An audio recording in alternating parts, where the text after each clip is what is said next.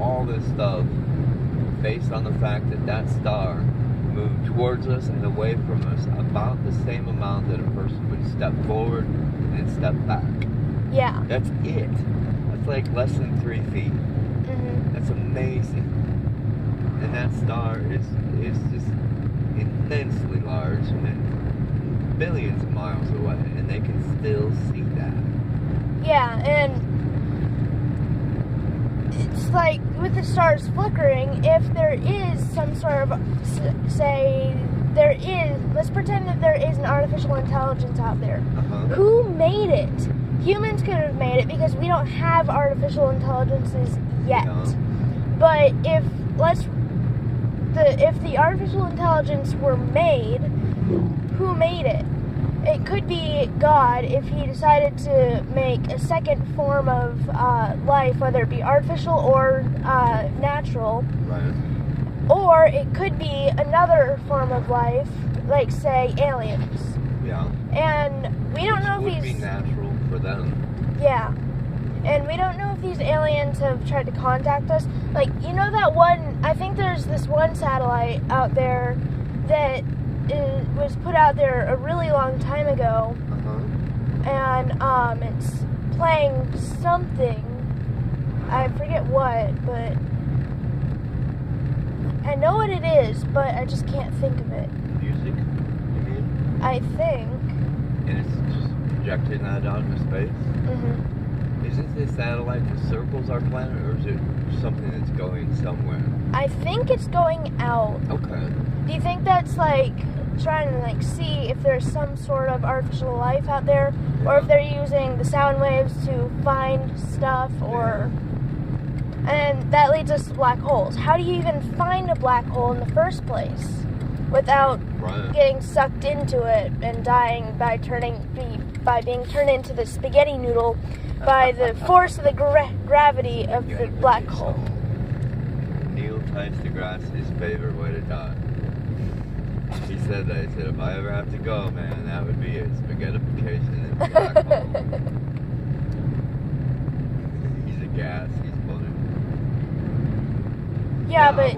I know black holes, they can only deduce where it is by the effect it has on things around it. Oh, look, I found the Big Dipper. Its immense gravity will even bend light, and that's bizarre. Yeah, like, how do you even bend light? Like, with mirrors, you can shine a source of light onto a mirror, and it will bend it to another spot. So, in theory, a black hole is similar to a mirror in that way.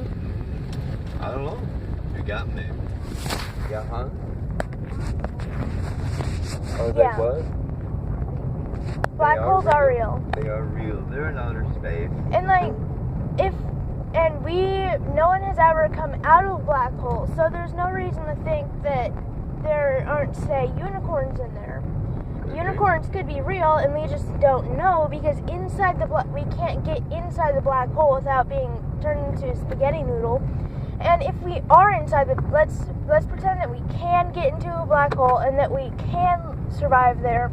What type of gravity would that have? Would it be just like a circular, like a tornado, or would it be like Jupiter's gravity, where it's very forceful and you can't get out of it? Like, it's really hard to stand up. Or would it be like the moon's gravity, where you're very light and you bounce a lot? What type of gravity would there be, if there's gravity at all? And being that it's massive amounts of gravity involved, I don't know. I mean, it starts collecting. You know how they form, kind of? Toy. And yeah, like it's like some sort of supernova star death thing that forms it, and it like just sucks everything inside it. What is inside of a black hole anyway? Well, I don't know, but the thing is, it's weird, is that, matter starts to collect, and the more and more there's more gravity, and eventually it starts collecting stuff from everywhere because it's got so much gravity, it continues to suck things in. But anyway, they say that, and a depiction of space and how it bends. If you take See, space is actually, Einstein says, it's kind of like this. Seriously. Well, it's kind of hard. Pretend it's flat. Pretend it's flat. Now, we have a sun. Picture a baseball. Are you filming this? Yeah, but not your face. Great. Not your face. So we have a sun right in the center. Yeah. And it's so massive, it actually bends space down. Cool. Now the planets around it, they almost spin around it like marbles. That's actually what an orbit is. It's actually, it's riding along the curvature of space, which is bent by this massive object. Now if it gets so to the point where there's so much stuff going on in the black hole, it goes down to a pinpoint almost. They think that physics there is different than physics everywhere else in the universe. What you were talking about multiple dimensions, if somehow there's a rift in the bottom of that and stuff spills out into some other dimension or universe, ta-da, multiverses. And they could have an entirely different set of physics than we do. It could be an entirely different universe. In fact, there could be billions, and thus the universe is infinite. And, maybe. And that leads to parallel universes, where there are, let's say that we have two parallel universes, one with an Earth, one with an Earth. My theory is that, let's say there's a giant hill on Earth 1. Okay. On Earth 2, there is another giant hill, but the physical geography around it is slightly different on each one. Like on Earth 1, let's say Earth 1 is our Earth, we have lots of population and buildings and everything else, whereas on Earth 2, it's mostly nature, because let's pretend that humans haven't come yet, and they haven't started majorly building haven't stuff. Developed or whatever. Maybe they're not even there. And each choice leads to a new dimension theory.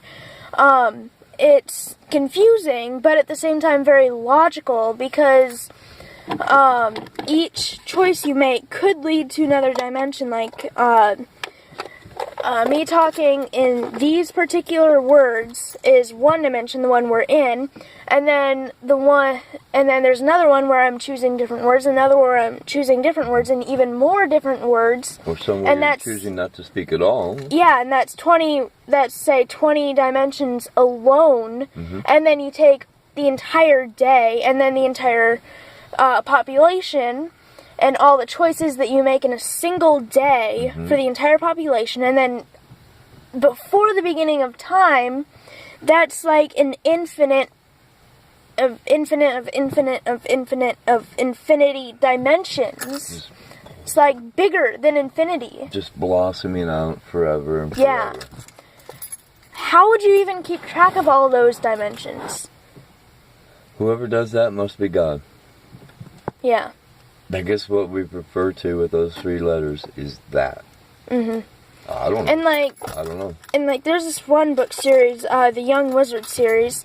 Their God is the powers that be, and if you even look at their actual physical feature, then you'll just be overloaded by all the godliness or whatever, and you'll just burn to a crisp or whatever, and even just their name, their real name, is just too much to comprehend. And so just their name, their real name alone is too much to comprehend. Perhaps unpronounceable.